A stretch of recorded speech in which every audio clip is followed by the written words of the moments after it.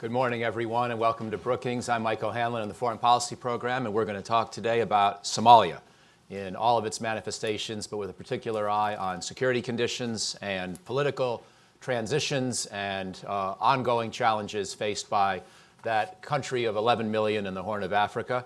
I've got a distinguished panel here to inform us and discuss matters, and then we'll go to you for the second half of the program for your questions. Next to me is Ambassador Stephen Schwartz, a retired U.S. Ambassador and Foreign Service Officer who was the United States Ambassador to Somalia through last fall, spanning both recent presidencies in Somalia as well as both recent presidencies in the United States. He was also a Foreign Service Officer and Ambassador in a number of other African countries and around the world as well, and really pleased to have him here today to join us. And also at a personal level, like me, he was a Peace Corps volunteer in Africa in the early 1980s, in my case in DRC, in his in Cameroon. Just to his left is my good friend and co-conspirator on all things Africa Security Initiative at Brookings, Felbab-Brown, who in addition to her recent book on wildlife trafficking, has studied Africa in many dimensions over the years with her ongoing focus on transnational crime, insurgency, civil conflict, and many other related matters. She's one of the most distinguished and intrepid and brilliant researchers in this kind of work anywhere in the world, and really a one-of-a-kind scholar who I'm proud to be colleagues with and who has done field research again this year in Somalia that will inform many of her views.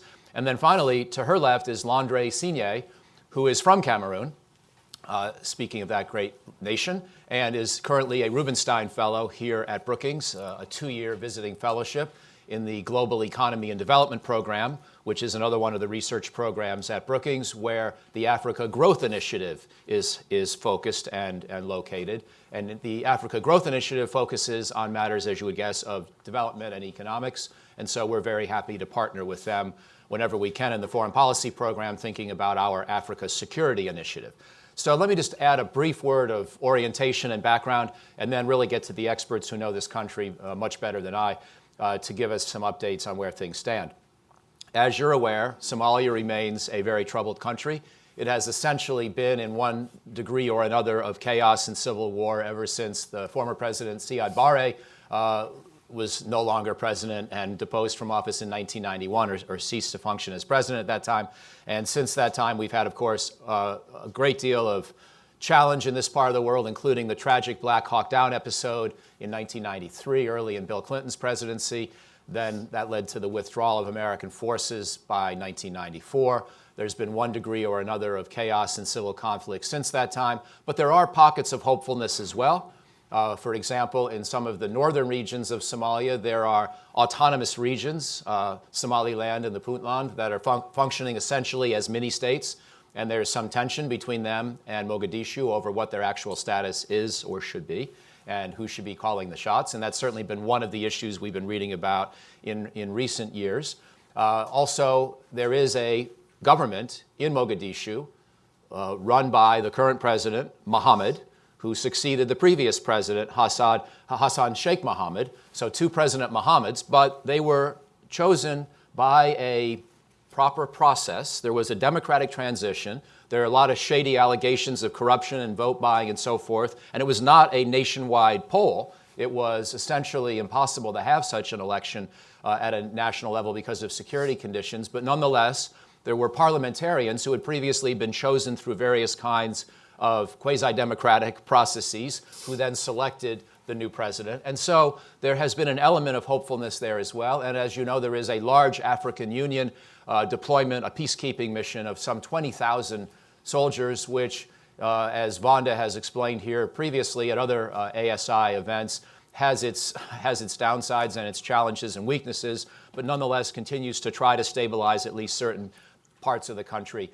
And in many ways, things are better, as I understand it at least, since the worst of the worst periods in the 1990s and thereafter. So it's a troubled country, but it's a country with an amazing diaspora around the world. Somalis are everywhere, it seems, very entrepreneurial, very successful in this country. There are only 11 million of them in Somalia, and yet they are a powerful force on the face of the African continent and African politics. So I find this part of the world a tragic and yet also hopeful part of the broader continent. And without further ado, therefore, let me turn things over to Ambassador Schwartz. And what I'd like to do is just begin with a broad question and invite you to give us some background and tell us a little bit about your experience. But I'd really just like to, in broad terms, hear about what you did over your tenure, how you saw the political transition in Somalia, and how you size things up today. Thank you, Michael. And thanks to all of you for coming. I think Somalia deserves a good bit of attention in policy circles here, and that we should be paying this kind of attention to the circumstances there and what the U.S. could do. It was a real privilege to serve as U.S. ambassador, the first since 1991, and it signaled sort of a continual uptick in U.S. engagement with Somalia, consistent with, I think, the development of Somali political authorities, moving from transitional to a permanent government, the federal government of Somalia. When I got there, I think, the Somali government and society was a bit stuck. Hassan Sheikh had been in over 3 years. He was on his third prime minister. Corruption is a huge problem. There's a huge lack of social trust going back at least to the early 90s, if not beyond. Insecurity, of course, is rife with the government authorities controlling a minuscule portion of the country in reality. And even that is only because of AMISOM's, the African Union Force's presence. And there was a very protracted and unprecedented sort of political electoral mechanism being put in place by the Somalis with a lot of help from the United Nations. And the process that unfolded to elect the parliament was highly imperfect. But then the parliament itself acted very responsibly. They moved the location of the vote for president to a hangar with no side rooms where corruption could happen. It was all live streamed. No cell phones could be brought in the room. And the 300, some of them, voted individually, all on camera. And out of 22 candidates, they elected President Mohammed, more popularly known as Farmajo, who I think many people thought was a very strong candidate. He had been prime minister. He had a reputation for getting some things done. When he was prime minister, AMISOM, with help from Somali forces, cleared Shabaab out of Mogadishu. He was seen as a modest man, somebody who fought corruption. And he wasn't from the sub-clan, the Hawiya Abgal clan that had been, the last two presidents had been from that sub-clan. It signaled a dramatic shift, I think, and a very positive one for Somalis. Hassan Sheikh was a candidate, and he was the runner-up. He ceded power peacefully, as had his predecessor, Sheikh Sharif. And there's this great inauguration where Farmajo is at the lectern, and the two former presidents are standing behind him. And that doesn't happen everywhere. It's a heck of an achievement. And I think that, that says a lot. As you pointed out, Michael, the process itself was not comprehensive and universal, although people from every part of the country were able to vote for parliament in some numbers. They did the best they could, I think. So not only is he, I think, a fairly capable and attractive leader, but the government in Somalia, I think to this day, is still seen as legitimate by the people, more or less. I mean, it's what they have. I think they think that it is their government. It hasn't really performed for them in any way. There's a huge lack of capacity, which can't be fixed overnight, not with foreign aid, not with anything. It's something that has to be built. They have no money. In 2016, the federal government spent, I think it was $170 million, less than the salary cap for the Washington Nationals. That's it. You effectively have sort of 6 city-states, Mogadishu and the other regional capitals. But, it is what it is. And as a photograph, it doesn't look very good. But if you you do sort of a, look at it over time, over the last 15 years or the last 30 years, there's clear progress. And the Somalia of today is vastly better and more hopeful than the one of 10 years ago or 20 years ago. So, I think that I really valued the chance to sort of lead the U.S. engagement with Somalia. I think we achieved a good bit. I think we have the capacity to do even more. And I hope the U.S. does that. Fantastic, and thank you for setting the scene so well and for your service there. And any hope that I think Somalia now has, has benefited largely from what you've done and other Americans and the African Union mission, and of course the Somalis most of all themselves. Vonda, I wanted to turn to you. I know that you've been following Somalia for a long time. You've been there many times. I admire your commitment and your bravery in doing so. But I also know that you share some of the ambassador's views on the progress, but also that you're very concerned about a number of the challenges today and potential for reversal, potential for things to go in the wrong direction. And of course, there's a long ways to go in the best of all cases. So how would you see things and how would you set the scene for us, please? Well, thank you, Mike, and thank you, Ambassador, for your comments. Let me perhaps focus on where we are with the security situation today and some of the timelines that we are potentially quite soon coming up to and how that intermeshes with the political situation. As Mike mentioned, I was there in December again. One of the reasons I went there, apart from regular updates and regularly going there, is a project for the United Nations universities on amnesty and defectors program. This has a number of case studies. I'm writing the Nigeria and Somalia one. The papers will be public in May, and will be also doing later on a launch of some of the findings here at Brookings. I won't very much focus on those issues right now at all. That will be for the other event that I hope you'll attend. But those issues inevitably intersect with security and political developments, which is what I want to focus on today. Of course, depending on where one sets the baselines, one has a different assessment of where we are in the security situation. Compared to 2009, where Shabaab was dominating Mogadishu, or even compared to 2006, when Ethiopian forces were waging a very brutal counterinsurgency against the previously Islamic Courts Union, the situation today is much better, both in terms of security and in terms of politics. However, just today, this morning, there were several attacks in Mogadishu, including 2 bomb attacks.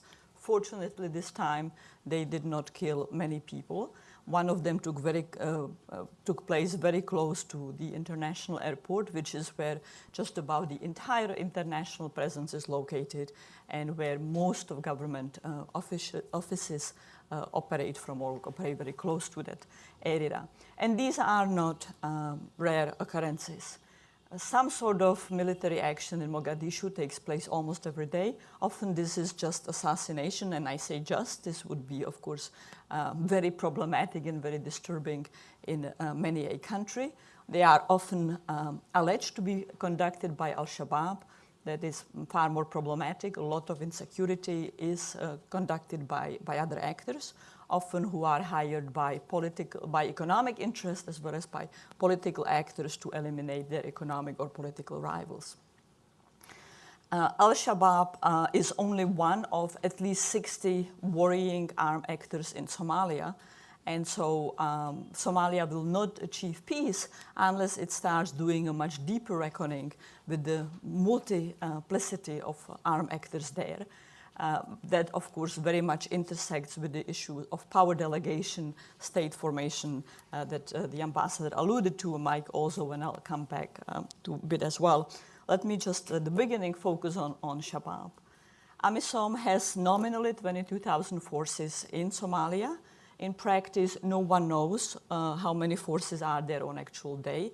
There continues to be very suboptimal level of communication between AMISOM and Somali government and AMISOM and international partners. we have started seeing last year withdrawals of forces, such as by Ethiopia. The moment the Ethiopian forces withdrew, Al-Shabab almost immediately took over those territories. AMISOM never announces in advance when it will withdraw, but what is happening for several months now is that when local populations see AMISOM packing its bags, they start fleeing. So we are seeing new internal displacement, very significant because the population feels Al-Shabab retaliation. And this, of course, intersects with the food security crisis. Fortunately, the worst of the famine was avoided. 2016 and 2017 could have been much worse. The international community and the Somali government deserve credit for that. So does Al-Shabab, actually, that did not prevent food distribution in the same way they did in 2010 and 2011, which crucially cost them legitimacy. There was more ability to distribute food, but Somalia still has many large parts with very intense, very significant food insecurity. So when AMISOM forces leave, Shabaab immediately takes over. That's been the pattern, and they have started victimizing population that has existed under AMISOM, that has existed around AMISOM areas. I have on purpose rephrased that sentence because the key problem for AMISOM and the Somali National Army is that they have absolutely no holding capacity. AMISOM's clearing operations, its offensive operations, have essentially been stalled since 2015, and much of AMISOM deployment remains in locked garrisons with minimal interaction with local population. Nonetheless, even the garrison presence has some deterrent effect on Shabaab. And when that garrison presence is eliminated, Shabaab returns and brutalizes local populations, hence the displacement. Shabaab's numbers are estimated on mere 3,000. Nonetheless, those numbers vary, and we have seen that last year Shabaab very much intensified forceful recruitments, including illegally and very sadly of children. But at the same time, Shabaab really has not experienced any inability to recruit, nor any inability to conduct operations. It regularly attacks AMISOM bases, it regularly attacks SNA contingents.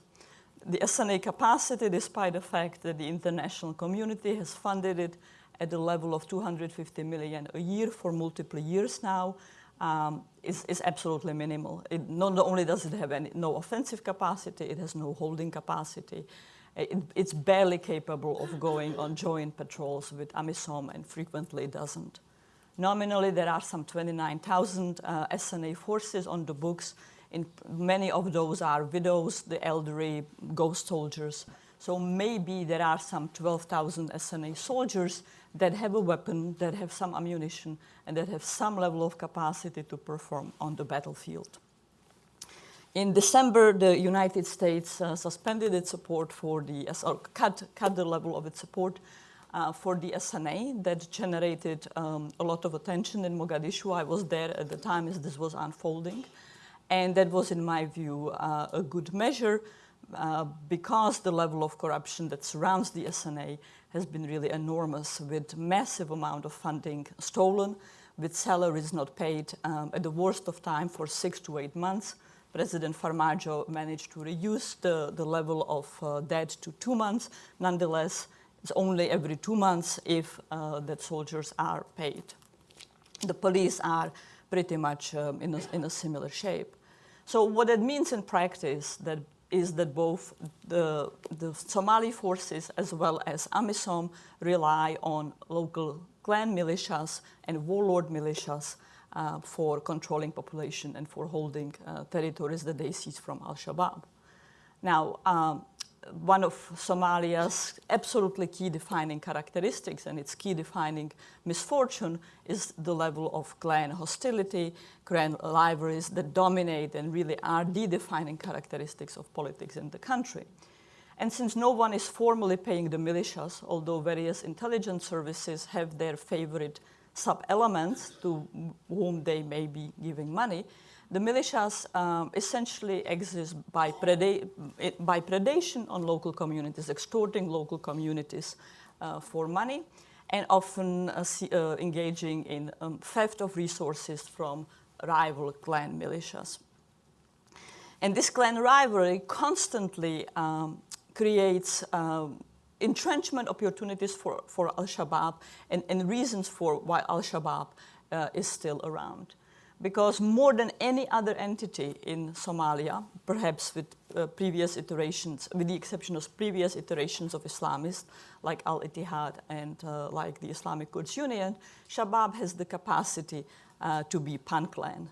It very adroitly inserts itself into clan rivalries, often siding with minority clans. Its membership is often Hawi, but hardly predominantly so. It has members from virtually every clan. It tends to appoint its amirs to be from different clans, not from local areas, so they don't engage in typical clan discrimination. And it makes some efforts to make its appointments on the basis of merit.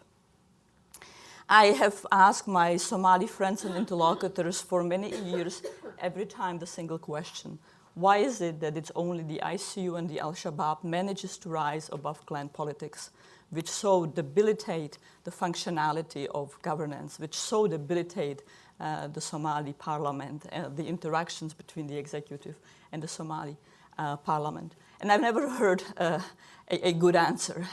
Often I'm not given any answer to that question at all, other than we don't know. But that's one of the issues that Somalia deeply needs to do, reckoning with itself in how to overcome that issue.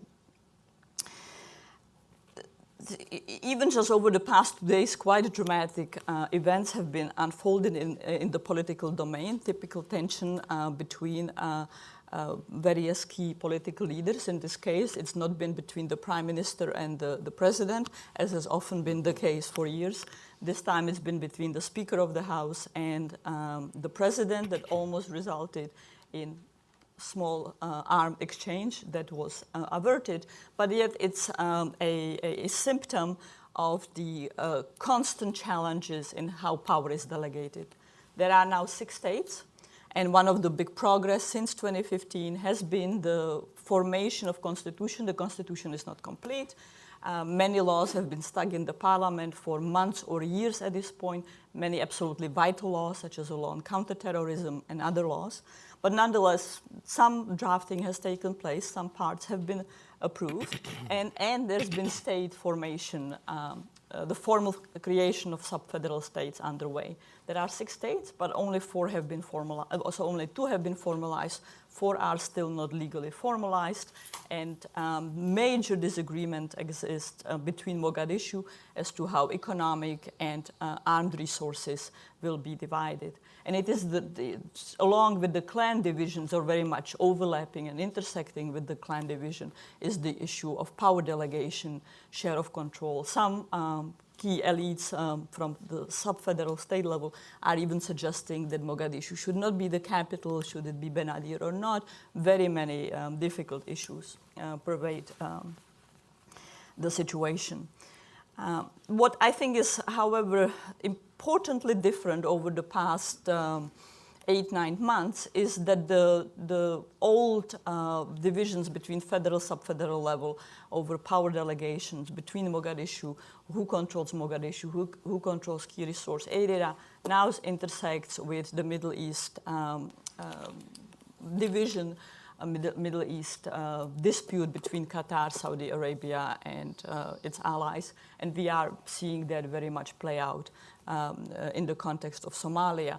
So the external environment, which has never been benevolent for Somalia, and Somalia has often not been benevolent to its external, to its neighbors, is now really compounded by that Middle Eastern conflagration as well. My final point is that we need to appreciate that Al-Shabab remains deeply entrenched because of the deficiencies of governance, and with that also government in Somalia. One is the persistent discrimination against minority clans, extraordinarily exclusionary politics, politics that are deeply corrupt, where often the purpose of achieving political power is to illegally or extra-legally gain resources for oneself and one's clique. And Shabaab not only manages to rise above clan rivalries, but also delivers justice that is not corrupt, that might be harsh, but then nonetheless is swift, and that is predictable. And so there are repeated stories, including those that I heard from my field work, of police officials who work in Mogadishu going to Al-Shabab controlled areas, some of which are very close to Mogadishu. The difference might be 30 kilometers or less in some cases. And Shabaab deeply operates in Mogadishu. It taxes everyone, by the way, or very many people anyway, including in Mogadishu. They go to Mogadishu courts for dispute resolution. This is police officials. No one trusts the judicial courts that are both dominated by particular clans, but are also extraordinarily corrupt. Women often prefer to have dispute or property disputes resolved by Shabaab. This despite the fact that Al-Shabab has, of course, brutalized women for adultery, prohibited many issues of liberty, such as dress code. But in terms of property disputes, because of Sharia, the rulings are often far better than in justice courts or than in clan courts, where women don't have any representation, they cannot address clan elders, and where often males, and particularly males from dominant clan, can prevail to seize inheritance property, for example. And Al-Shabab also, more than any other actor in Somalia, is better able to deliver security, such as for travel on roads. If you go on Al-Shabab roads from Mogadishu to southern Juba to border of Kenya, you'll pay $1,500. On the first Shabab checkpoint, you're issued a receipt that you have paid your fee. You are not harassed afterwards. Women are not raped during the travel. Cargo is not stolen. If you travel on roads that are nominally controlled by AMISOM or clan militias, you'll pay up to $5,000 for that same segment. You'll pay multiple times, and the risks of robbery, assault, and rape are very prevalent. And so that means that crucial businesses, economic businesses that operate in Mogadishu, that are behind some of the very fancy buildings that have gone up in the city, are often using Shabaab, are often paying Shabaab for the provision of security for their business. So understanding this war economy, as well as how AMISOM intersects with the war economy, is very crucial for understanding conflict dynamics. And unless these governance issues are addressed in much better way, we will see some version, some iteration of Al-Shabab, just as we have seen before Al-Ittihad and ICU. Of course, the crucial problem for the federal government is that it doesn't have much capacity to collect taxes, and it's a chicken-egg problem. When I spoke with businessmen in Somalia about their paying taxes, they would say, well, why should we pay taxes to Mogadishu, to the federal government that doesn't give us protection, that doesn't provide education to the labor force, that doesn't provide roads, infrastructure, any public services? Now, government officials will, of course, say, how could we do any of these things if we cannot collect taxes? But I want to add on a very discouraging note, and I think that's very significant one. As Mike mentions, I've been there multiple times, and I've seen a set of interlocutors, always some new ones, but also some set of interlocutors repeatedly. And one of them raised something that really distressed me. We were talking about where we are in the trajectory, the right expectations that people have to have, the immense capacity limitations of the government. And my interlocutor, a woman, a very brave, very admirable Somali woman, said, who has opposed Shabaab and who has really fought for women rights against Shabaab, as well as against clan oppression and government injustice, said, you know what, maybe at the end of the day, some Shabaab presence is good. Because I really fear that if Shabaab is fully defeated or somehow integrated into the political process, we'll see the country once again disintegrate into civil war. And I found it an extremely discouraging, depressing comment. And I said, surely that's not the case. Surely the horrors of the late 1990s, of the early 2000s were so significant that this has to be avoided. Everyone has to understand that. And she said, no, I don't think that the elite understand that. Somalia's pervasive, fundamental problem is still one of extreme impunity. Thank you, Vanda, despite the discouraging conclusion, but still a very good history and explanation of where we are today. Laundry, I want to now ask you for your thoughts. Let me give a couple more words about our distinguished colleague who's been here now for a few months. He's sort of a man of the world. He was educated not only in his home country of Cameroon, but in France and Canada. He's a professor at the University of Alaska at Anchorage, which is a long ways from Cameroon, although Washington feels like Alaska enough these days that I'm not sure if you've made much of an improvement in the weather coming here. But he's also got a perch at Stanford, which is very wise and maybe complements the Alaska base. But he studied issues of Pan-Africa political economy, not so much Somalia specifically, but broader regional dynamics. And so I just wanted to invite you to offer whatever comments you'd like to. And of course, before I do, let me just say that one of the interesting dimensions, we've all been referring to the African Union military operation, which is, as Vanda said, not without its problems, but it's also been there for quite a while with 20,000 some troops from a half dozen countries, including Kenya, which has suffered a terrorist attack or two or three out of Somalia and yet stuck with the mission. Other neighboring states, for better and worse, have stuck with the mission. And so it's a fascinating example of Africans doing something to try to help one of their fellow nations, despite the imperfections along the way. So maybe that is one aspect you want to comment on, but let me just give the floor to you, my friend. Thank you very much, Mike, Ambassador Vanda. Hello, everyone. Hello, everyone. Good. So I would like to speak about Somalia from a comparative perspective, providing you some indicator on how Somalia compared to other African countries or internationally from the political and economic perspectives. So I will start with the nature of the political regime. I may not be as enthusiastic as Ambassador. According to Freedom House, Somalia has a score of 7 out of 7 in terms of civil liberties and political rights, which means it's the worst score that a given country has. And it translates the level of political participation, political competition, contestation, among other factors. So we are still very far from a strong improvement, and the score has not changed since 1999. So if we also speak about the level of state fragility, for example, Somalia has been from 2006 to 2012 the most fragile state in the world. And in 2012, after the creation of South Sudan, of course, South Sudan became the weakest state. So which translates the ability, and I think Vanda has highlighted this point, of the limited ability of the state to provide basic public services and goods to the citizens, including security, health, education, and even territorial integrity.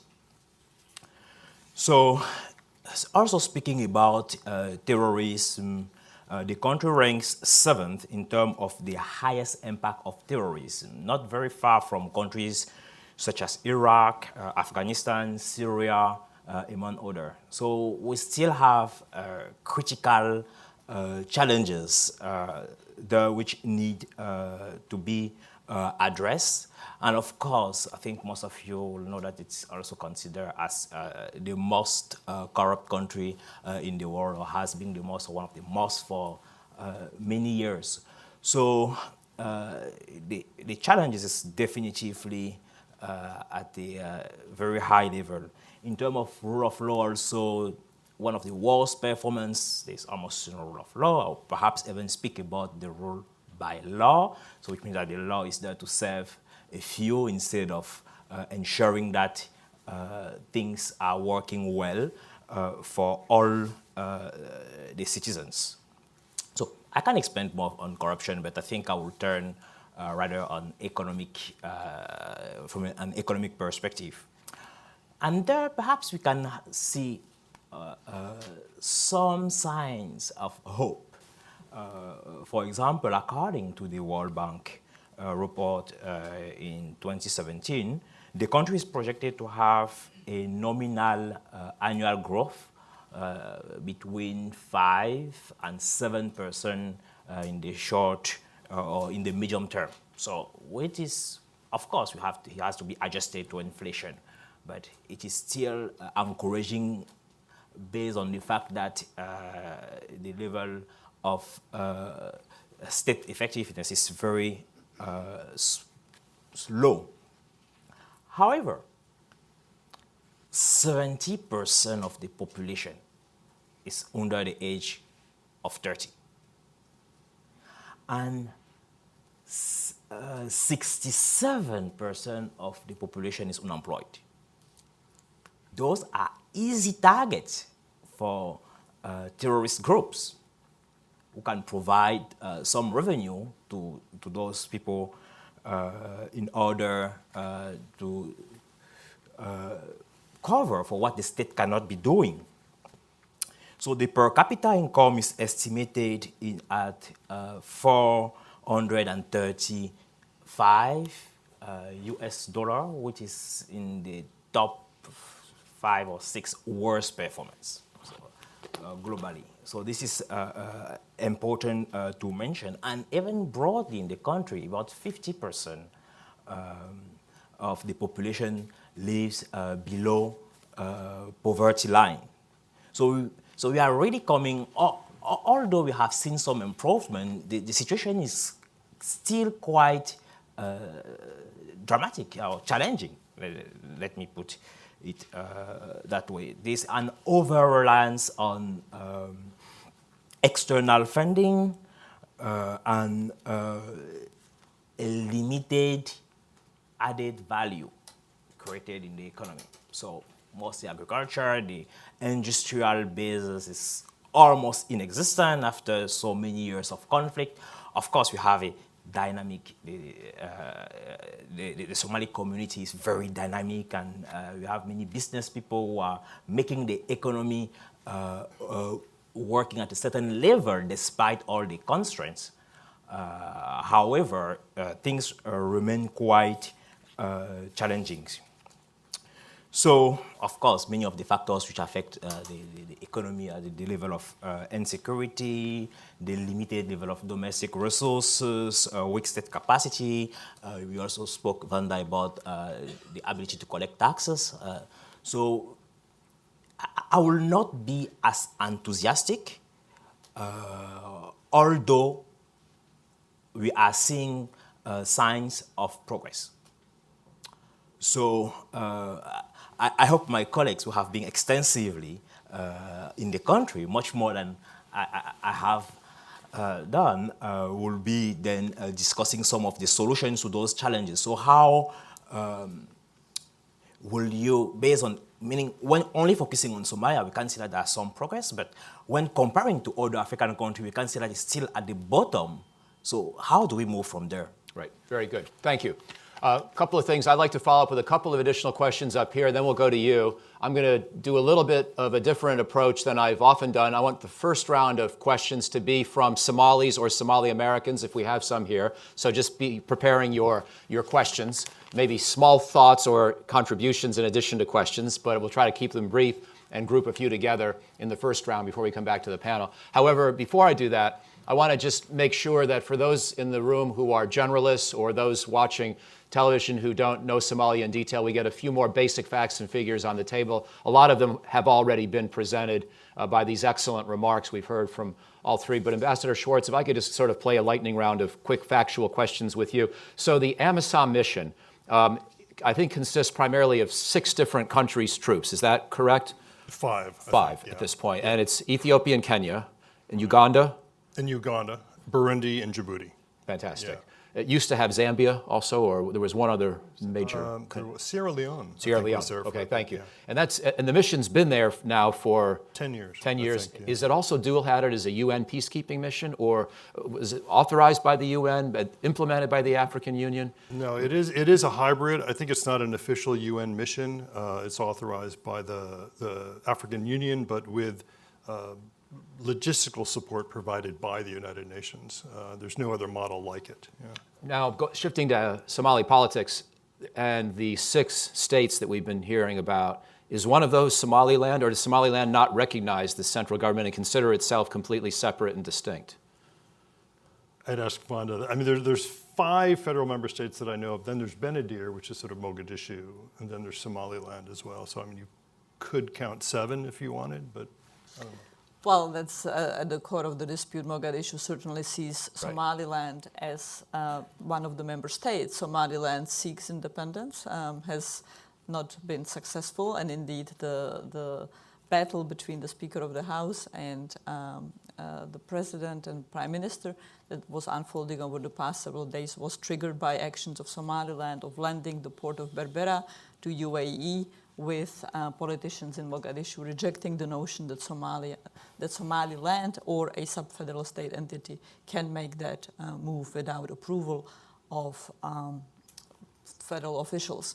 And in fact, the speaker went further and sought to pass a law that any foreign investment in any part of Somalia would have to be authorized by the sub-federal level without consulting the Prime Minister and President about that, who then opposed that move, and sought to impeach him. In the meantime, does Somaliland send representatives to Parliament, or does it effectively boycott and consider it just to be a separate entity altogether? They completely disregard Mogadishu, although there are many citizens or people from Somaliland who personally were from Somaliland or their parents who are members of Parliament. There is a Somaliland portion or quota in the Parliament, although the Somaliland government would never recognize them as representing them or the territory. 2 more questions. One for Vonda, one for Ambassador Schwartz. Then I think I'll cut myself off and go to you, and if I have further thoughts later, I'll bring them in subsequently. You've both talked about, and especially Vonda, you talked about clans. I think it's just worth underscoring this basic point that in Somalia there are not different ethnic groups. There's essentially one ethnic group, one main Somali, not just tribe or clan, but broader sectarian community, which speaks Somali, which is primarily Sunni Muslim, which has quite a bit of homogeneity in that sense, and yet you've talked about different clans. Is there a way to break down the clan structure and understand the clan structure, or is it just so flexible and shifting that we can't really put our finger on that kind of a hierarchy or a broader taxonomy? Oh, Mike, you are opening a lot of wasps' nest here. One of them is the political science definition of what does ethnicity mean. There are certainly some political scientists who would define clan-based identification as ethnicity. Yep. The more relevant issue of ethnicity versus clans is the fact that identification with a clan, and there are hundreds of clans and sub-clans and sub-clans in Somalia, is for many people in Somalia, if not for all, is the principal social organization of their life, often in a way that is very exclusionary, that generates significant marginalization, and where there is little ability for many to experience political freedom, economic freedom, and social realization outside of the clan structure. So if a clan, for example, expels a woman, but even a man, but particularly a woman, the woman and her children will have essentially no ability to obtain protection and often obtain any kind of livelihoods. So disregarding clan and elders, breaking with clans is enormously costly for most people, less so for diaspora, less so for some of the urban population, but even in major urban spaces, even in the capitals, that's the case. So, go ahead. What I want to finish, though, by saying is that you have a set of clans that are considered dominant clans or dominant supra-clans, under which there is a lot of politicking, a lot of subdivision underneath. and often the more dominant clans that might be quite relative in terms of standing, again, tend to very much restrict access to political power and to resources. But some of the clan identification gets very complex.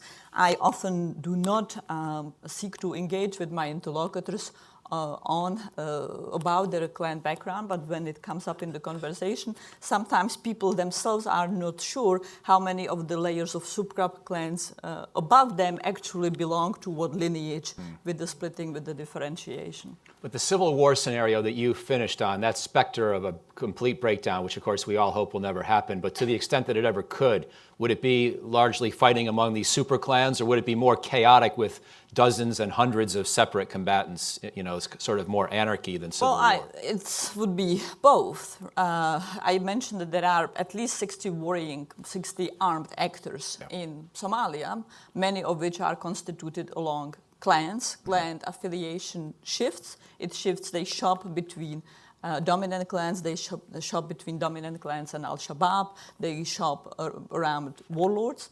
We don't have the late 1990s, early 2000s warlord-like scenario, or in fact, mid-1990s before Al-Ittihad emerged. But nonetheless, warlords also emphasize or de-emphasize their clan identity. Sometimes clan membership can be multi-clan membership, and again, political actors shop among clans depending on the matter of particular political convenience. So clan lines would play a significant line in that, but that could still mean very fractured like scenario. Now, I do hope that my interlocutor was wrong, that in fact the political elite has learned from its past horrors and terrible suffering to have more responsibility. Excellent. And then just one last question for me, and again for Ambassador Schwartz, given your background, because I think one more thing we need to get clear on the table before going to the audience discussion is the relationship between Al-Shabab and the broader Al-Qaeda and ISIS movements around the world, or violent extremism broadly defined. And we often hear discussion of linkages, but we also know that Al-Shabab, as Vonda explained, really is largely a local actor that operates and succeeds often with its ability to understand clan politics and Somali society. How do you assess the Al-Shabaab connection to the broader Salafist jihadist movement, whether it's called ISIS, Al-Qaeda, or something else? Thank you. Al-Shabaab has maintained publicly an affiliation with Al-Qaeda. There have been internal movements to try to affiliate with ISIS, and they've been rejected and put down brutally in a sort of mini purge or civil war within Shabaab over the last 2 or 3 years. There is a small ISIS element in Somalia, up in Puntland, in the mountains. I don't know how successful it's been in growing out of the mountains. It hasn't. It hasn't? Or in expanding beyond essentially a sub-clan. But it's there, and it can be attractive. The idea can be attractive to some of the Shabaab members who are disaffected for reasons of ideology or clan or pay or whatever it is. So, but Shabaab itself is seen as a part of Al-Qaeda, although I don't believe the relationship is very intimate. Okay. Yeah. Very good. Okay, well, I'd like now to go to you, and let's take 3 or 4 questions, comments from Somalis and Somali Americans. So we'll see how this experiment goes, but we definitely want to get your voices in. So let's start here in the front row, and then I see actually 3 more. So we'll take all of you and then these 3 together before we come back to the panel, and then we'll have another round. All right, my name is Abdul Ahmed from Virginia Tech School of Public International Affairs. I would call myself American Somali rather than Somali American. Very good. So my question is actually very technical and somewhat pointed, and it's to the ambassador and to Vander. It seems you guys are talking much more about Mogadishu and South Central than Somalia. About 15 years ago, when Chandai Fraser was working for a state, there was something called peace dividend, a concept, a framework, whereby Puntland and Somaliland should be rewarded for the peace that they maintain. And clan is not necessarily a negative thing, because those two entities, I don't mean to lecture you, those entities actually use clan routes to bring people together and defeat terrorism and Islamists. So I would like you to speak about that, please. Okay, great. And then there were three here, right, exactly. And then after that will be the gentleman right behind him, and then in the back row. My name is Anis Abdullahi Isa. I am founder and also director, Somaliland Advocacy Group based in Washington, D.C.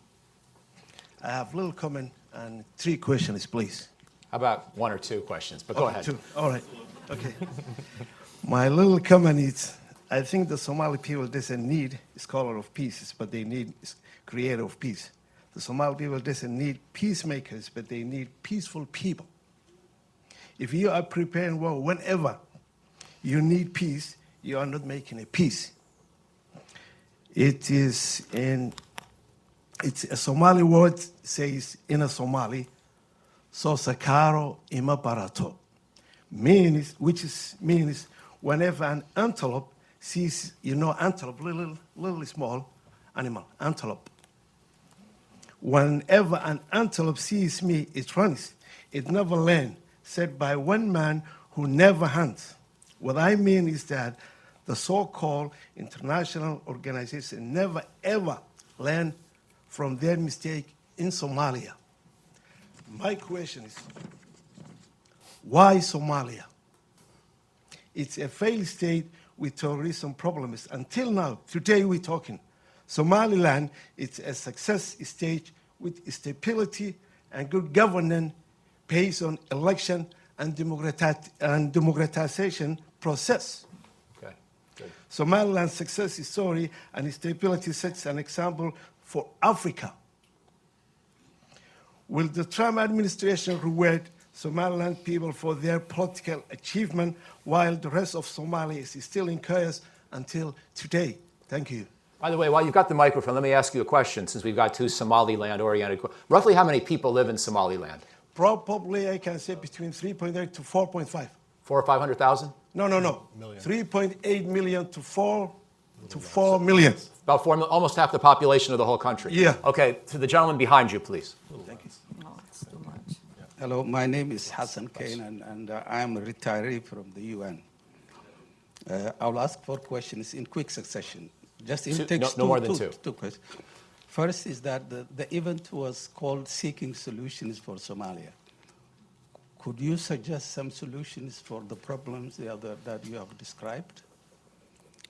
The other question is about corruption. We heard a lot about corruption. The colleague from Cameroon mentioned that Somalia persistently ranks high in the list of corrupted countries in the world.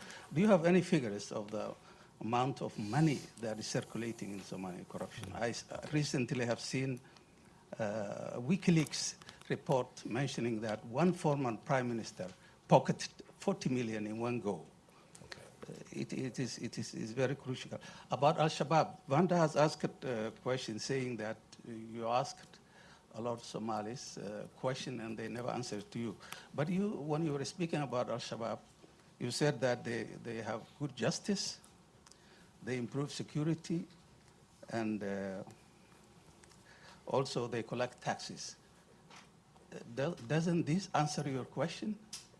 Okay, thank you. Justice. And the last question. No, 3's enough. Three's enough. Got to put my foot down somewhere. Thank you. Those were very good questions. Good morning. My name is Mo Fatah.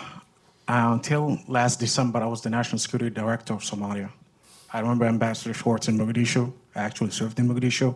And I'm probably the only Somali who served in the U.S. government previously, successfully until 2011, working and coordinating Africa policy with the NSC, and also went back to Somalia, served pro bono in Mogadishu, working in Villa, Somalia, outside the green zone. So I can give you a little bit about what, basically I've heard a lot of things about Somalia. Somalia has made a lot of progress. I'm going to be short on just because I know you got just a little bit of time, but we made a lot of progress. There's a lot of investments in Somalia. There's a lot of optimism. There's a lot of hope. Yes, there are problems, of course, in Mogadishu. There are problems with terrorism. But when I hear people say that Al-Shabab is providing services, Al-Qaeda did provide services, Taliban did provide services, but we never accepted them. We went to war with them. When you talk about Somaliland, Somaliland is a federal member state of Somalia. Let's be clear about this. This is the policy of the UN. This is the policy of the African Union. There's no ambiguity about it. Somalia, as a state, 1960 to 1991 is the same as it is today. There are states, federal member states, there are growing economy, there are banks, financial institutions, schools that are operating. So there are a lot of positive things in Somalia. So I hear a lot of gloom and doom. The sky is falling. I lived in Mogadishu. I'm back here. Yes, we survived terrorism, we survived ID attacks, but still, we're fighting. Somalis are fighting. Somalis are fighters. They're fighting Shabaab, they're fighting ISIS. Let me just say one last thing. The U.S. Embassy, or the U.S. mission in Somalia, is at Mogadishu Airport. We transact in Skype. That tells you a lot about the footprint of the U.S. government. That tells you a lot about the footprint of the international community. A lot of it is fear. They don't want to come out of the airport. That's the truth. Somalia has an army that has been built over the last 20 years or whatever, or 10 plus years. A lot of it by the US government. But Somalia has done, ORA, which is Operational Ready Assessment, National Defense Policy, Police Policy. Somalia has rebuilt institutions. There are functioning ministries. There are a lot of positive things happening. And one thing that I heard about the conflict today between the prime minister or the president and the speaker of the parliament, that's part of the political discourse that exists in Somalia. Effective leadership is required. So if there are challenges between the executive branch and the legislative branch, that doesn't mean the state is failing. And one last thing I want to say is about the militia, so-called militias. Name one warlord that exists today in Somalia. What we're talking about is government-approved or regional government-approved militias that are part of the Darawish, which is the local state security that are actually doing the work in combating Shabaab in those areas. So these are not militias. These are organizations that are paid for by the local state, whether they are Southwest or Kismayo or other parts of the world. So what I'm saying is Somalia is making progress. Somalia is improving. But what needs to happen is then you cannot go back. You have to move forward. And the only way you can move forward is to combat terrorism. That's the only thing that is holding back today Somalia is Shabaab. No other organization. Political problems.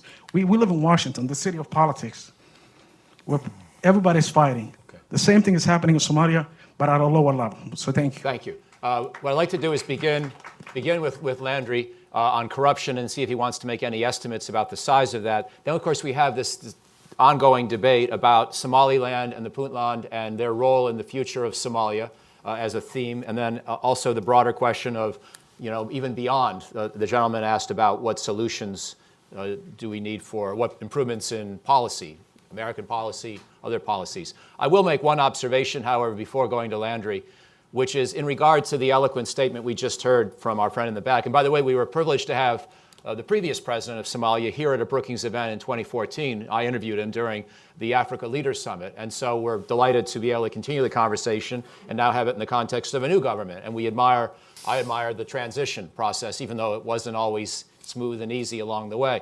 But I will point out that even in our country, 160 some years ago, or about almost 160 years ago, we had a civil war because we didn't necessarily figure out how to agree about where different regions should have their autonomy and where they might not. So I think it's more complicated than just saying it's all about Al-Shabab, because we've already heard some pretty passionate statements on both sides about Somaliland's future role in this country. And if there is not agreement on that, history would tell us we better be nervous about the potential for fighting over that issue, as well as all the other clan issues and other matters that are on the table. So I've heard enough to both be encouraged and a little scared. And with that, I'll now ask the panelists to respond, starting with Landry. Thank you very much, Mike. I may not have the full number, but some estimate were over 300 million for Al-Shabab of profit from illicit trade of sharp coal. So that is one of the recent estimates. And I would like also to discuss the solutions. One of my, I think a question was asked about it, and the solution can only be at the nexus between security, state capacity, domestic resource mobilization, and accountability. So when we speak about security, that is the primary function of a modern state. Individuals accept to restrict their freedom in order to receive protection from the state. So there's a rupture of social contract if the state is not able to ensure safety of the safety of the citizens. Now, in terms of state capacity, of course, we discuss about how weak the Somalian state is critical for anything else, including for security, for tax collection, and for other factors. The government reforms are needed to ensure the effectiveness of the public administration. And this is an incremental process. We can only be we have seen some countries which have made impressive progress, the case of Rwanda, for example. But most of the country will rather be slow-moving. So it is an important factor to take into consideration. A third one is economic reform. I think economic freedom is critical. It's important for investors, for entrepreneurs, for the diaspora to be able to invest in Somalia and to be certain that they will not be, that their property will not be seized or they will not be subject of terrorist actors, among others. I want to speak perhaps about domestic resource mobilization. You cannot build a state if you are not able to collect taxes. And one important factor is also the accountability that it creates. Because when citizens pay taxes, they ask for accountability to the decision makers. So that is really critical. And I will finish very quickly on the final point, accountability. I have recently published a policy paper on accountability. And for me, it's the key to successful transformation. And accountability may be at many levels, whether the country is democratic or not. Maybe the personal accountability leaders have to deliver, whether they are authoritarian or democratic. They have to deliver for the citizen. The second may be the peer accountability. What are the peer or other leaders surrounding the key decision makers are doing to ensure that citizens are well served? Then we have the vertical accountability, which you all know related to elections, and for having elections, having a fair level of political participation, competition is critical. We have the horizontal accountability, which is related to the check and balance, how the institutions such as the judiciary and the parliament are ensuring or they are overseeing the executive, for example. And finally, perhaps, which is related to the question of one of your colleagues who was speaking about the peaceful people. We need also diagonal, what I call diagonal accountability, which is the vibrant civil society. Of course, it's not easy to develop that when we don't even have security. But without it, it is also difficult to have an effective state who will deliver basic public services and good for the citizens. Thank you. Vonda, over to you. Thank you. Whichever questions you wish to take on. Sure. The issue of how our national boundary is drawn is certainly not unique to Somaliland. By the way, Puntland has not sought to secede. It has maintained for number of years, especially during the Al-Shabab years, but even subsequently, quite autonomous operations, but it has never formally seceded, and that's not been part of the conversation. Somaliland has sought independence in ways that is different than Puntland's posture. But we see these same debates about Scotland, about Catalonia. There is even a movement for greater autonomy in Lombardy, around Milan. The era of unification and enlarging territories and establishing pan-state political entities such as the European Union might now be a different era. But whatever the era is, there's not been any international recognition of Somaliland. Turkey, for a while, took it upon itself to try to broker that and negotiate that, promised a lot to Puntland, promised a lot to Somaliland, to Hargeisa, promised a lot to Mogadishu, and did not achieve any resolution. I would just point out that although there's been much less violence in both states, certainly in Somaliland, neither state is free from clan problems and governance problems. In Puntland, elections have been delayed. Presumably, presidential elections will take place this year, but it's been delayed. Somaliland at various times also delayed its elections. There are tensions between the two states about the exact divisions of territory, and there are also sub-clan tensions. In fact, the ISIS component that you mentioned, Ambassador, is both a function of the tension within Al-Shabab and the leader who seceded because of his tensions with Al-Shabab leadership, but it's also a function of tension in Puntland. And the government in Puntland for a long time was distracted from dealing with ISIS, which is small but very clan-oriented, because of its own fighting over Galmudug and refusing to accept the state formation in that space. So hardly all free of clan identities, clan conflicts in either state. You know,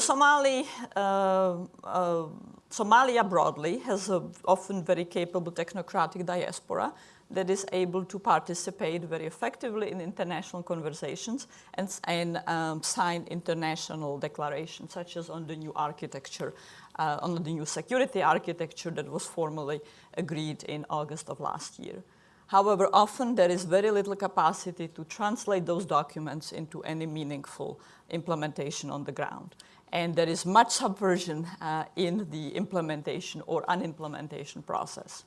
Just speaking about the new security architecture, as of January, that had not yet even been submitted to the Somali parliament for approval. I don't know whether that has moved since. But other laws, very fundamental laws, such as on counterterrorism, on anti-corruption, justice laws, have languished in the parliament for very long time. Again, that's not unique to Somalia, but what is unique to Somalia is the state of the governance dysfunction and the state of fighting that need to be overcome. I do not ask my interlocutors, why is it that Shabaab is entrenched? I understand that precisely because it delivers justice, which I would not call good justice, but it's justice that's predictable, that is not corrupt, that is not corrupt particularly in comparison with the so-called justice delivered by the justice system, and because it has capacity to provide security. Its rule is brutal, but often populations find predictable brutality easier to adjust to and to develop coping mechanisms with than chaos. That's the very same reason why the Taliban remains deeply, deeply entrenched despite much more massive international efforts to combat it, and why it is such a potent entity. The question that I ask my interlocutors is why only Al-Shabab seems to be able to do this? Why only Al-Shabab seems to be, or other previous iterations like ICU, like Ittihad, seems to be able to overcome, at least to some extent, the clan divisions and other misgovernance? And that's the answer that I'm not hearing. And in that answer lies the solutions that people are asking for. The solutions need to be fundamentally Somali, but it is up to Somali to resolve this fundamental question. How will you overcome decades of exclusion and marginalizations? How will you overcome decades of clan divisions? And how are you finally going to overcome pervasive impunity in which those with political or armed power can massively violate justice? Now, there are several nascent processes underway. One of that processes is to significantly restrict impeachment capacity so that impeachment is not a constant games for financial and political and resource payoffs, so that it's resorted to with legality, with laws backing it, and much less rarely, so that there is actual functionality of the executive and the legislative. And by the way, yes, there are ministries, but often the ministerial capacity is very limited and very restricted to few individuals in Mogadishu, and really there is no meaningful presence of line ministries very much outside of Benadir, perhaps with some presence in state capitals. The other motion, that's the other nascent effort to overcome some of these dysfunctions and to move towards some greater pan-clan politics, is new electoral rules that would demand that political parties need to have representations in all regions, which at this point I believe is defined as state, not sub-state level, and that have to get signatures from people from different clan groups, so that political party formation, should it take place, does not take place along clan lines only. We are yet to see how well this mechanism, if it really becomes adopted in a meaningful way, will chip at the clan division. And to the dispute between the Prime Minister and the Speaker, well, there is something different even about the dysfunctional politics here in Washington right now, with both men showing up with armed forces that almost escalated into armed conflict, to the point that the African Union members felt, the African Union military deployment felt they had to step in to actually prevent potential bloodshed and exchange of armed fire inside the Parliament building. With all the problems in Washington, we have not seen that, and I very much hope we will never see that in this country. We saw it in the early 1800s a little bit. But, let's not rewind back several centuries. Exactly. Ambassador, Mr. your Ambassador. comments. Boy, there's a lot to comment on. Well, I mean, on Somaliland, several people mentioned Somaliland. I mean, yes, we only recognize the federal government in Mogadishu. We do deal with the authorities in Hargeisa. I traveled there. I met with government, political, civil society leaders.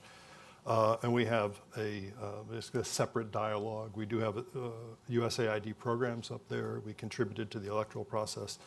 So we're engaged, I think, very usefully up there, and have a lot of respect for what the Somaliland people and authorities have achieved over the last 25 years. They're very much self-governing, and they restored their democracy, I think, by finally holding these elections recently.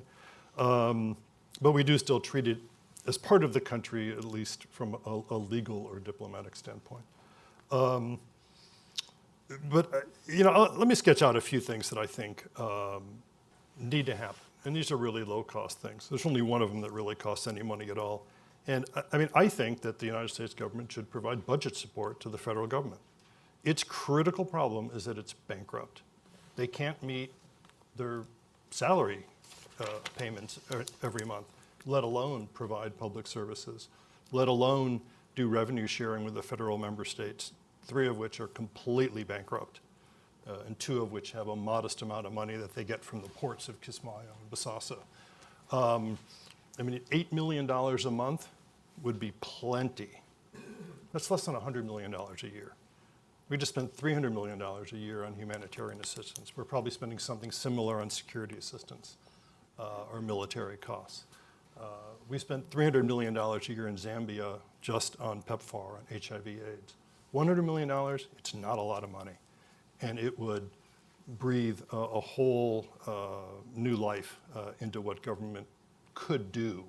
Now, that would need to be coupled with a robust public financial management system, but it could really jumpstart things all across the board.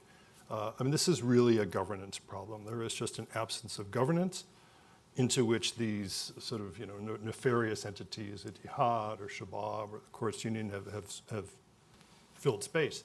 And the government needs to do that. I mean, Shabaab does provide this degree of predictable services that Vanda described.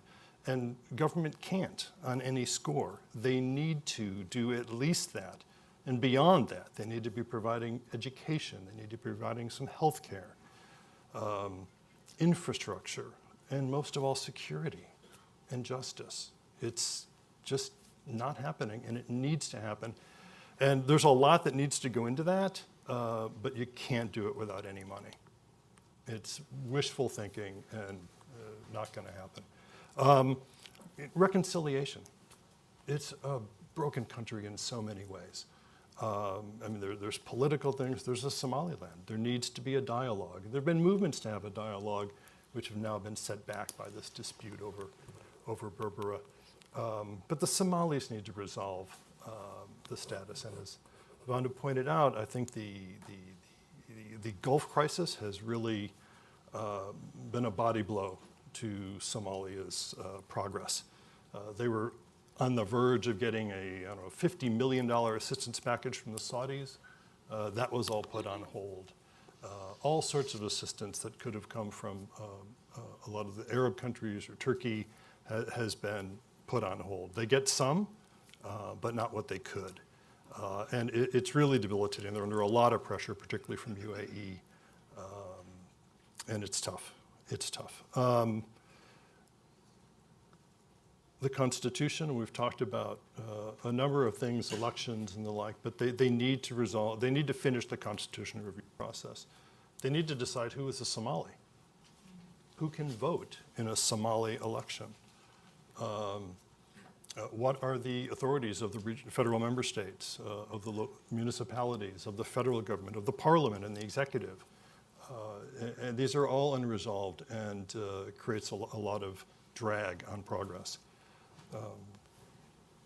And then I think in general, accountability, as Landry said. I mean, when you have these tolls on roads all over the country run by soldiers who are completely unaccountable, it reflects badly on government. I mean, citizens would rather there be no Somali National Army if their only purpose is to punitively and selfishly tax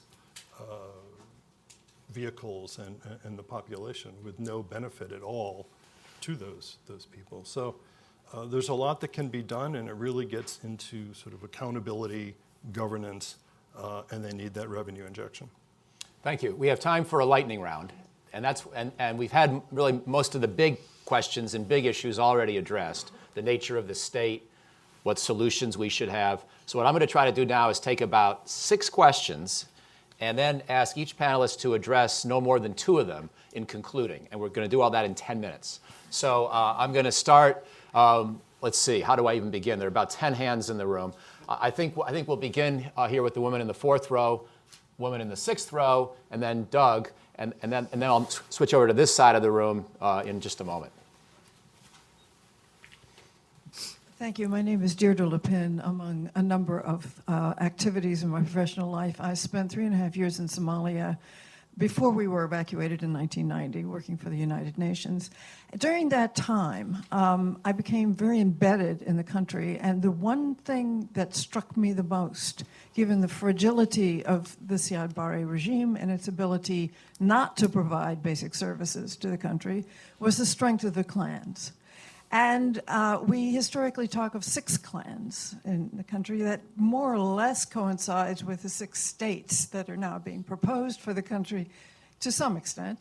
I'm wondering if we couldn't think of the clans not as a source of weakness and conflict, but as the basis for the economic, social, and political capital which the country needs to build upon. And what is needed is some kind of strength in the trust for a centralized state among those clans If that can be achieved, I think Somalia could work for the first time in its 4,000-year history as a country. Thank you. Woman in the red shirt, please. Hi, I'm Nicole Slezak, Africa Security Manager at Chemonics. First question for Dr. Just one question per person, please. Sorry. Okay. There's been a lot of reports in the media about defections from Al-Shabab. I'm just curious if that's, the media talking these up, really if that's having an impact on Al-Shabab and whether that's getting good intel to the SNA and to AMISOM working with that. Okay, and Doug? Doug Brooks, International Stability Operations Association. Great talk today. Just a quick question on the status of the police, on the training, who's doing the training, on their legitimacy, and is there any movement in terms of creating a Coast Guard, which would be a huge revenue earner for Somalia? I'm going to take three from this side of the room. I'll begin with the gentleman here in the tan jacket, please, and then the woman 3 rows beyond. My name is Maki. I'm from Sudan, but I spent 10 years as a journalist in the region, including Somalia, Mogadishu, Hargeisa, and others. Why, instead of searching fresh solutions for Somalia, listing down more than 20 failed solutions, and why they failed? Was it external factors or internal factors? I attended more than 3 conferences. It was brilliant opportunity for good solution, but it has been aborted regionally and internationally. Thank you. Thank you. And then here in the 6th row or so. And then we'll finish up here with this gentleman. This will be the last question right over here. Thank you, and thank you for this panel. My name is Daphne Evyatar. I'm with Amnesty International US. One thing that you haven't addressed is U.S., or talked about very much, is U.S. policy towards Somalia, and specifically U.S. military policy. And one thing we do know is that the U.S. has really stepped up the number of drone strikes and airstrikes in Somalia. It's not discussing what its purpose is. It says it kills militants or terrorists. It doesn't say what group they're with, what the goal is. Apparently it says no civilians are killed, but there's really no information provided. And I wonder if you could just comment on the effectiveness of this U.S. military policy towards Somalia and how it's contributing or not contributing to what you think the country needs. Great. And then finally here, and then we'll go back to the panel, starting with you. Right here in the 2nd row. Sorry. Yeah, hi. John Vandenheuvel, my company's First Hectares Capital. I'm involved in agriculture and infrastructure investment in Africa, Ghana, several other countries. About 2 years ago, I was invited to go to Southwest State in Somalia. I went to Baidoa, spent some time there, spent some time in Barawe as well as Mogadishu. My question really relates to the relationship between agriculture, economics, and security. What I've been really concentrating on is less the politics and more how do you create a coherent economic plan that then sets priorities for then security, the allocation of security resources and the deployment and focus of troops. As an agricultural investor, I'm obviously very focused on Juba River, the Shabaab River. I'm looking at the way that Somalia used to be the top banana exporter from East Africa for many, many years. There's tremendous economic opportunity, especially in the most unstable areas. So I'm interested in the panel's views of the relationship between economic planning, coordination. Just an observation as an investor, obviously I'm looking to work in public-private partnership. And my observation is there's 20 sub-agencies of the UN present in Somalia. There's about 30 countries with sort of bilateral presence, either in Nairobi or Somalia. There's about 8 or 9 developmental banks. So, and then to Ambassador Schwartz's point about capacity, it's very difficult, I think, from a Somali leadership perspective, even to navigate all the UN agencies and all of the bilateral agencies to be able to develop a cohesive, coordinated economic plan. So to me, the economic planning and the security are 2 sides of the exact same coin. And as a private investor, I'm very curious and interested to see advancement on the economic side and economic planning. Excellent. Thank you. Thank you. So I'm going to give about 2 minutes to each panelist, starting with the ambassador, if I could, and then we'll wrap up, please. I'm just go in reverse order, but Just a couple of them per person. On the agriculture, and it's much needed. I think there's a lot of, and it was very, very productive, particularly in the river area. But there's a lot of big problems, I think, getting in now. Security, obviously, and this has changed and become more complicated over the last 25 years, is land ownership. I mean, a lot of subclans and others have moved in and taken land, stolen land. Shabaab has displaced people. A lot of people have been displaced. Unfortunately, it's particularly the Bantu population who suffered the most in all of this. But getting at land ownership would be important. And then, there's water issues that weren't as pronounced before. And the Shabaab's dried up 3 times now in the last 3 years. If you can make it work, great. But I think it's tough.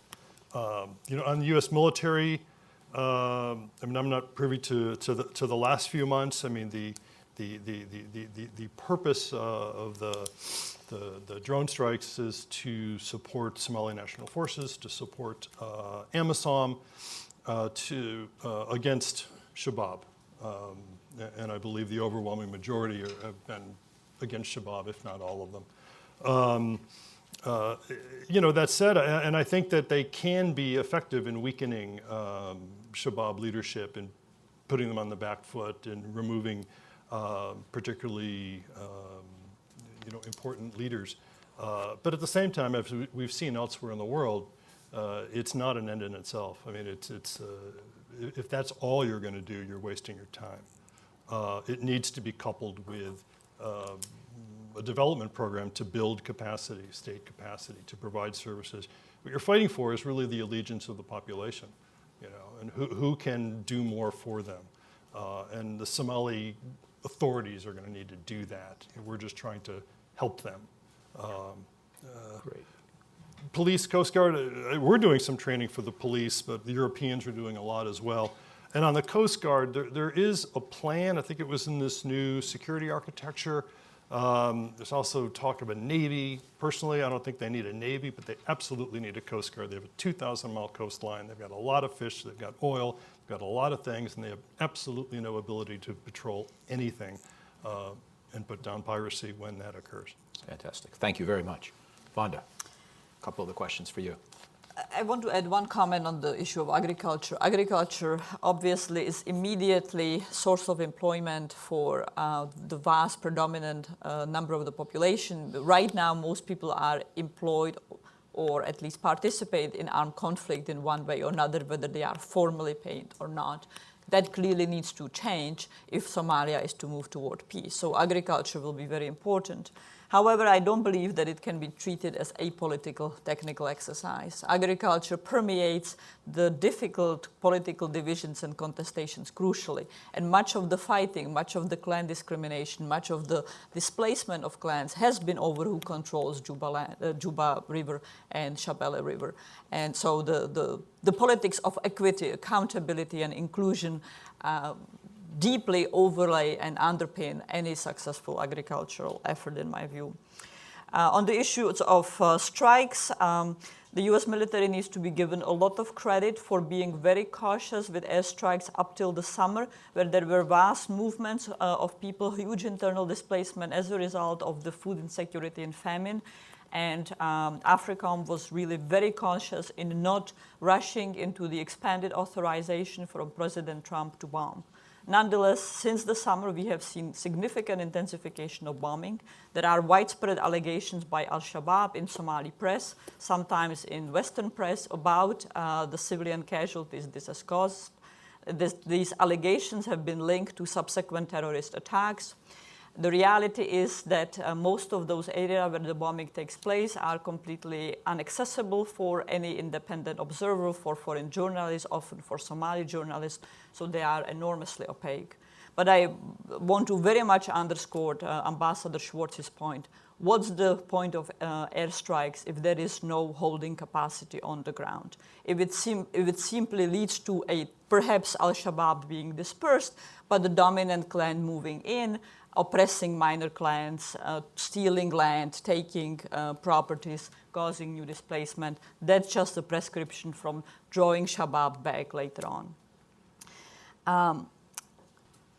And Deidre, on your issues about clans being the basis of organization, the strength of social capital, I think that the question has become much more complicated than that. The clans right now are often a source of conflict by the repression of dominant clans toward minority clans. The clans are drivers of conflict in very fundamental ways, very often. So the issue of clans, once again, needs to be overlaid by accountability. How are minority clans empowered, included? How are their rights protected? And how are dominant clans held accountable? Also, the issue of women and clans. Women do not have formal clan representation often. They are often very oppressed, very disempowered by clans. And that needs to be combated. After all, in my view, it is not the clans that are the biggest source of social capital in Somalia. It is Somali women whose resilience under the most of impossible situations and under just the most of excruciating choices is often really absolutely remarkable. And on the issue of defection, I mentioned in my remarks that one of the reasons I was in Somalia was for the UN University project funded by DFID about amnesty and defections. That's what the paper is all about. I will not get into too many details. The paper will be public in May. We will be holding an event to discuss that paper and other case studies here. The defections program, in my view, is very crucial for what are called low-risk defectors. It's crucial to enable people who want to disengage from the battlefield to come out from the battlefield. Vast improvements need to take place. I am very skeptical about the so-called high-level defections with utter impunity. And many more details in the paper live publicly in May. Excellent. That's always a good way to start to wrap up, is with an advertisement for the next event, which will be very good. Landry, over to you for a final word. So I will finish with the questions on clans. And I think a constitutional democracy is possible, which acknowledge differences. But for that to happen, the most powerful clans should also be able to respect the rights of the minorities. So solutions are possible, but again, we come back to the question of accountability, rule of law, civil rights, civil liberties, and political rights. So on that note, not to finish this negatively, I would say that I remain hopeful, and Vanda, we are very much looking forward to your findings, which I'm certain will provide insightful policy options. Thank you. Thank you all for being here. Please join me in thanking the panel. Thanks for watching. Be sure to like and subscribe for more videos from Brookings.